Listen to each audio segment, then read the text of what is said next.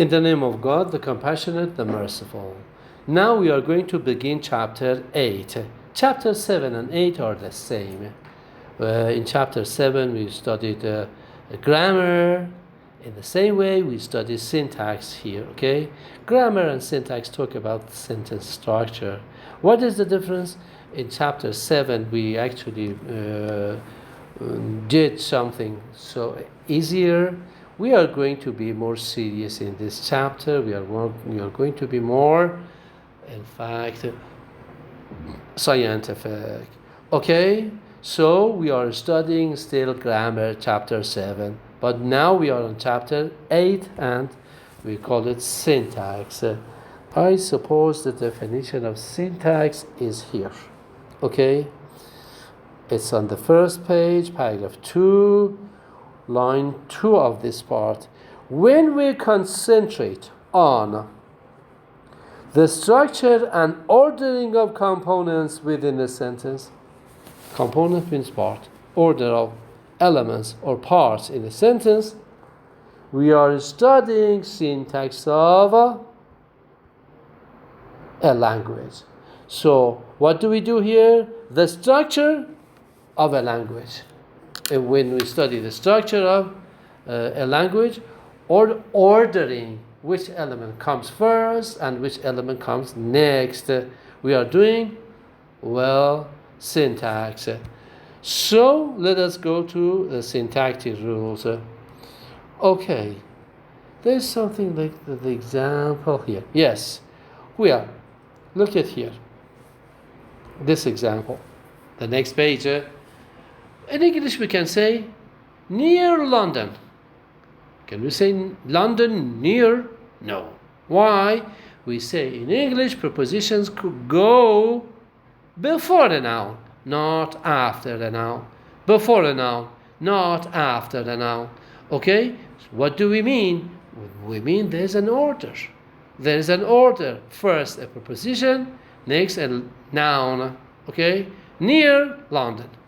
Okay, so it is something like this. Then when we study, for example, the syntactic rules, we are going to talk about something like this.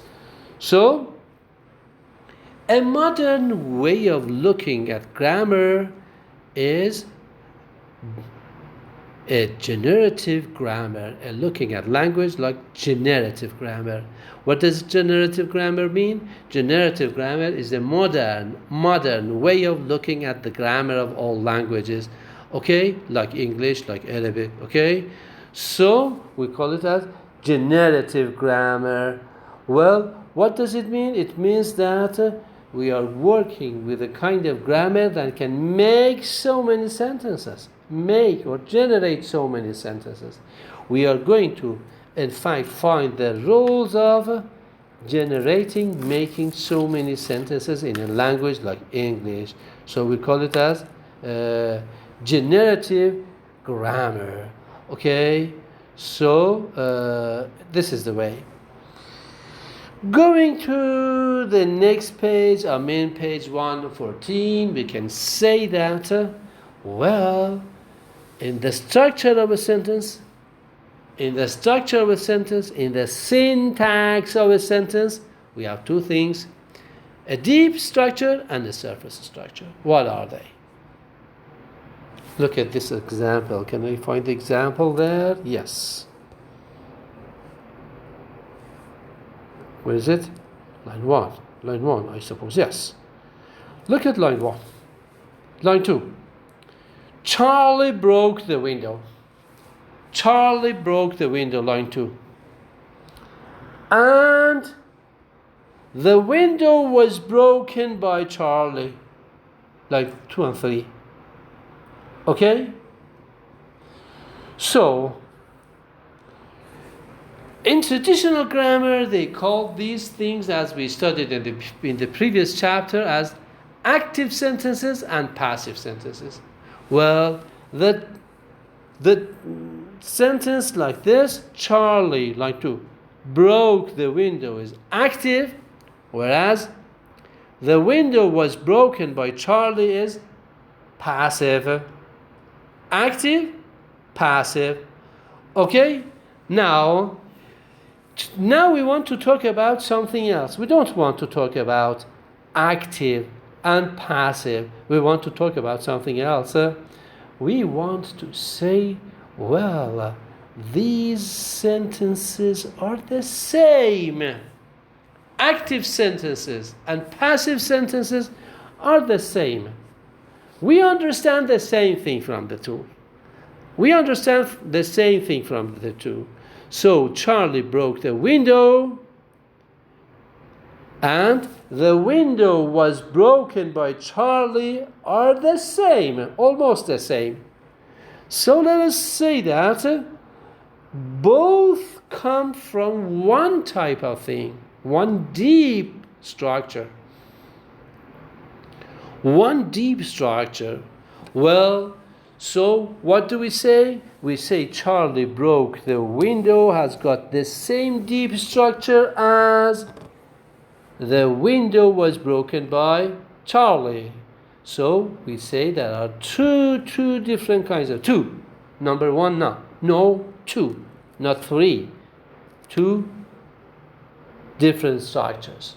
The one that we see when it is written, or the one that we hear when it is spoken. These two things are the surface structures. But when we say these surface structures, in our minds, we make an understanding of one deep structure. It may mean something like this, that there's something like a person called Charlie. And this person did something like breaking. And as a result of breaking by Charlie, the window was, in fact, affected. So, we say that there are different two types of structures.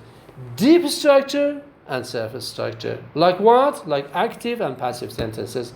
Active and passive sentences come from the same deep structure. Well, if you actually continue on the next paragraph, you can see other examples with the same deep structure, but actually with different surface structures. So, if you actually go to, 4 lines to the bottom of the second paragraph, you can see other structures that are similar to Charlie broke the window. Look, here, 4 lines to the bottom. It was Charlie who broke the window. So it was Charlie who broke the window is similar to Charlie broke the window on top of it, on the top of the page, as you can see. Or we can say, was the window broken by Charlie? A question sentence. Again, a question sentence is similar to Charlie broke the window on top. Okay? So we say, this is a version of a sentence which is a question. A version which is a question. Well, it looks like Charlie broke the window. Okay? Or there are other sentences. In short, last line here says, the grammar must be capable of showing how a single underlying abstract representation can become different surface structures. Okay? Different surface structures. So what do we have? Here we talked about 2 things. Deep structures, surface structures. The surface structure, as I told you, is more or less similar to Charlie broke the window. But there are other, in fact, deep structures, like the ones on the top, like the window was broken by Charlie, or something like this. Was the window broken by Charlie? Or it was Charlie who broke the window, etc., etc. These all are the self-structures of one deep structure. Okay? Now, let us talk about structural ambiguity. What is ambiguity? Ambiguity means that the structure can say two things at the same time. The structure can mean two things at the same time. The structure can mean two things at the same time. Well, examples. Examples. Suppose we have something like this. Line 1. Annie had an umbrella. Annie is the name of a girl. Had an umbrella. Okay, umbrella. And she bumped into a man with it. She hit the man with it. So, Annie had an umbrella in her hand, and she bumped this umbrella into a man. Using this umbrella, of course. Okay? Consider this sentence. Do you understand the sentence? So there was a person called Annie, and Annie has got an umbrella, and she uses this umbrella to hit a man. Okay? Now look at this sentence. Look at this sentence. Where is it? Aha. Line 1. 2, 3, 4, 5. Annie bumped into a man with an umbrella. Annie bumped into a man with an umbrella. Do you understand the sentence has got two meanings here? Who can just come to my in fact WhatsApp page and send a voice? Do you understand the two meanings that we have here? Okay?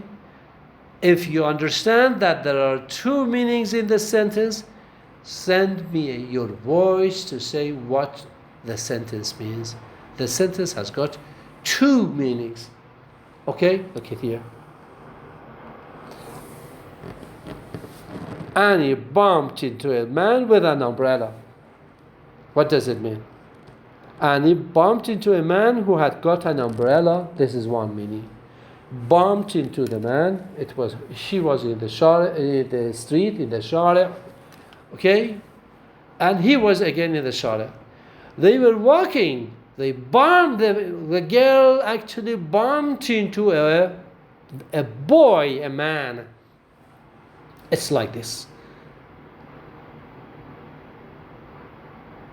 A man. Now, so, just tell me. This is one meaning, of course. Number 2. We say Annie bumped into a man, and the man happened to have an umbrella. So, there are two types of interpretations here, two types of readings here, two types of, in fact, meanings here. Who has got the umbrella? The man or the girl? Okay? The man or the girl? The second meaning is something like this, that Annie bumped into a man who had got an umbrella. This is one meaning. The second meaning, I suppose I read this one for you. I said this one. Well, the second meaning is something like this. Annie bumped into a man with her umbrella. So there are two umbrellas here. One is belonging to the man in one meaning, and one belonging to the woman. Okay? This is an example of structural ambiguity. So a sentence with two meanings. with the two meanings.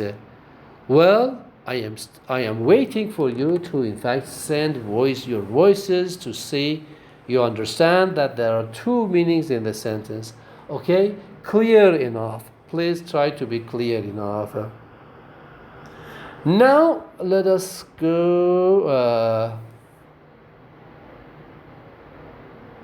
to another sentence.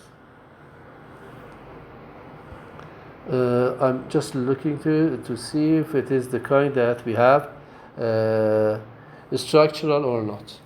Well, remember, structural ambiguity means that the structure has got two meanings. The structure, the ordering has got two meanings. Okay? Like, Annie bumped into a man with an umbrella. There is no one single word with two meanings here. But the sentence means two things. Why? The grammar, the structure, the syntax gives us two meanings. One meaning is Annie bumped into a man and the man happened to have an umbrella. And the second one is something like this. Annie bumped into a man with her umbrella. Okay? Bumped into a man with her umbrella. Okay. Now look at this sentence. The sentence again is ambiguous, not because of the structure. It's because of the dictionary meaning. The child has grown another foot. If we say the child has grown another foot, what does it mean? Actually, everybody has got 2 feet. The right foot and the left foot, not 3 foot. 3 feet, of course. But here, the child has grown another foot means that the child has grown another leg, another foot, another rijl. Okay, now the child has got 3 feet. Okay, 3 feet. Okay, this is one meaning. Another meaning is something like foot means a unit of measurement, about 30 centimeters. Okay, so we say the child has grown another about 30 meters, 30 centimeters. Okay, so this is another meaning. 30 centimeters, one meaning of foot. Another meaning of foot is something like this.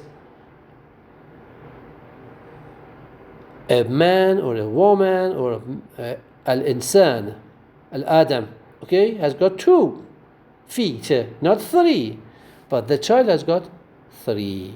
Okay, now what is the difference between the child has grown another foot with the one that we had on here? Annie bumped into a man with an umbrella. We say that in this new sentence, the word foot has got 2 meanings. But there, in Annie bumped into the man with an umbrella, there's only one meaning. There's only one meaning for all single words, but the structure has got 2 meanings. So we have 2 types of ambiguity. One is structural ambiguity, when the structure says that there are 2 types of meanings like this. And there is something like, let's find it, lexical ambiguity. Okay, the lexical is here, the lexical is here, okay, and I suppose ambiguity is there. Yes, ambiguity is here. So there are 2 types. Lexical ambiguity, when there are 2 meanings in a single word. Structural ambiguity, when there are 2 meanings because of the structure. In this chapter, we are going to work on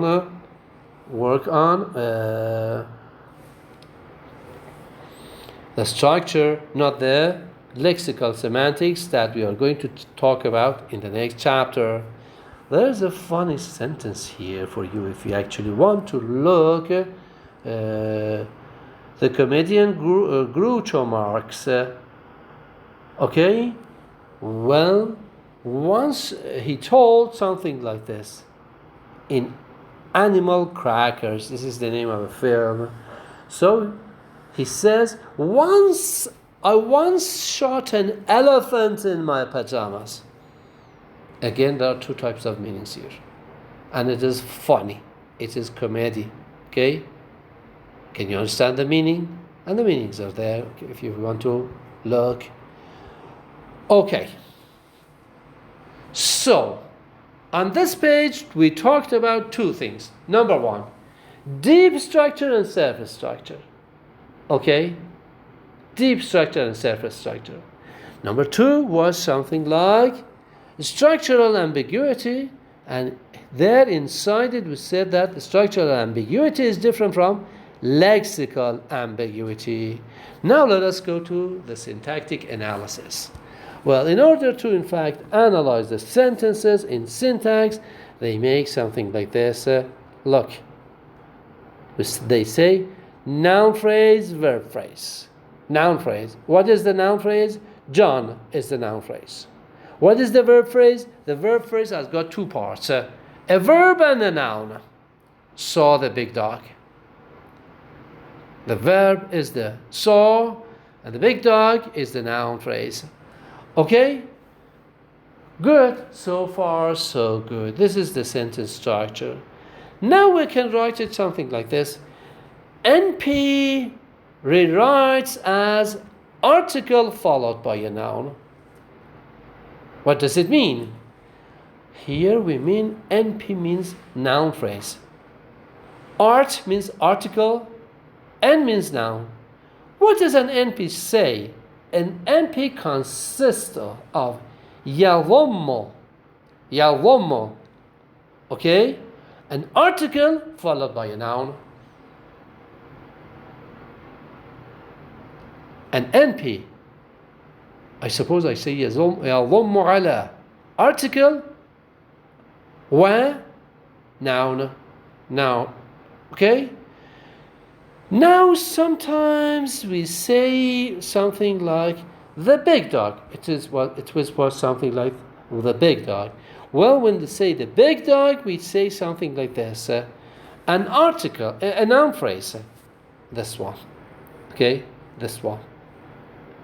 A noun phrase consists of an article and an adjective and a noun.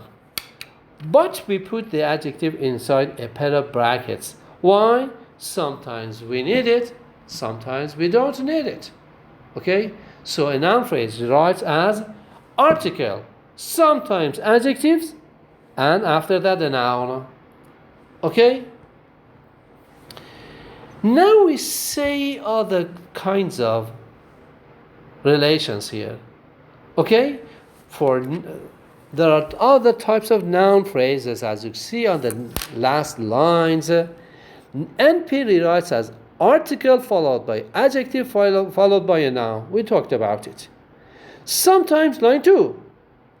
NP rewrites as only a pronoun. John, instead of John, we say he. Instead of Mary, we say she. Or we say something like NP rewrites as PN, proper noun, John. Okay, it's like this. Now, if we want to conclude, we have got something like this. On page 116. Okay, so there are other rules as well.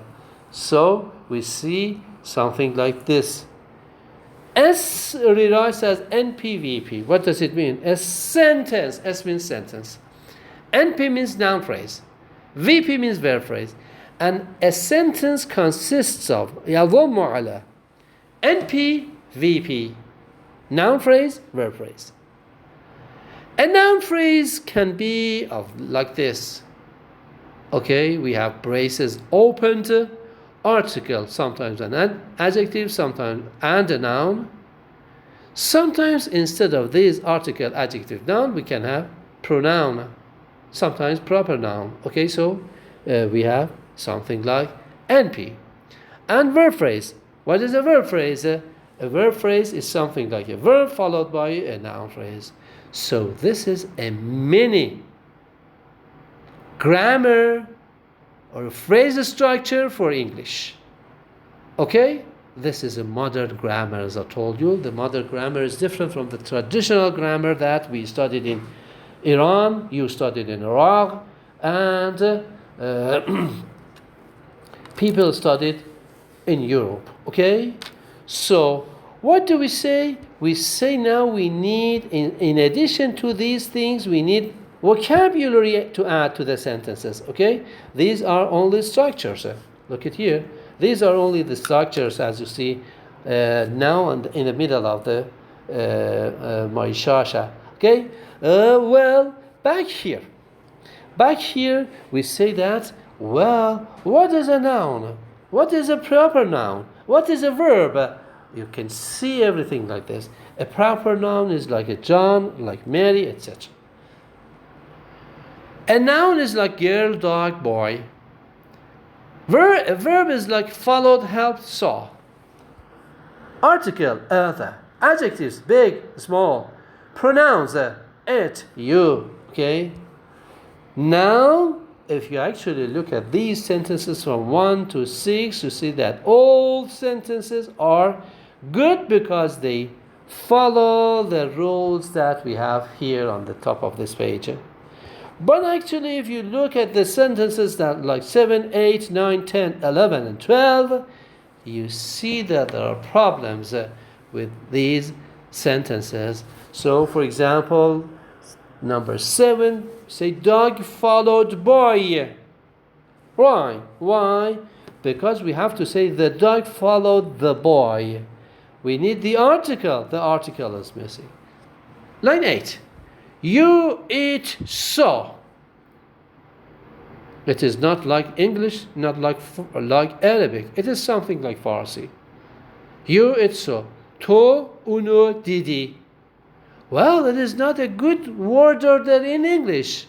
It is not a word order in Arabic.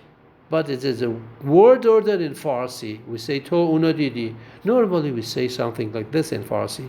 First we have the subject, next we have the object, next we have with the verb, like Farsi. But in English, we should say, you saw it. Where? How? First we have to say the subject, then we say the verb, and next we say the object. What about Arabic? Arabic is like this. Verb, subject, object. Verb, subject, object. Okay? So, number 8 is wrong because of that. Okay, I suppose I have to, in fact, say everything like this. So, instead of these things like proper noun, etc., like these ones that we have here, S rewrites as NPVP, we can say something like the top of this tree diagram, like here. NP rewrites as, well, where is it? Where is it? Oh, well, I want to have. Look at this sentence. NP rewrites as article, adjective, noun. Okay? Like this. Now I can write it like a tree, like this one. Okay? Figure 8.2 says that. To the left says that. And NP rewrites as article followed by a noun. Okay? Using the tree diagram here, we say NP rewrites as one line going down, one branch goes down, article. And the article has got a in it. Next, there's another branch from NP, which says N, noun. And the N is dog. Okay? It's like this. And the verb phrase is like this. What is in the verb phrase? The verb phrase has got 2 elements. To the left we have the V, to the right we have an NP. Okay? The V is followed And the NP is the boy. What is it? In an NP we have an article, as you see, and a noun. So we can establish tree diagrams like that. Okay? So a good tree diagram for English is like this. For the sentence like a dog followed the boy has got these things like number 1. Okay? Or there's another sentence. John saw the big dog. There's another big tree diagram like 3. And like 5. The small boy helped you. The small boy helped you. Okay? We have something like the tree diagram like that. So this is like this. I suppose there was another example from another language, but I cannot find it there. And examples 2, 4, 6 for you. I actually we looked at number 1, 3, and 5. You can also look at 2, 4, and 6. In 2 we have you saw it. In 4 we have I followed Mary. And in 6 we have Mary helped John. Okay? This is like that. Okay? So I just finished this chapter on this part. And I hope you are fine. Thank you very much.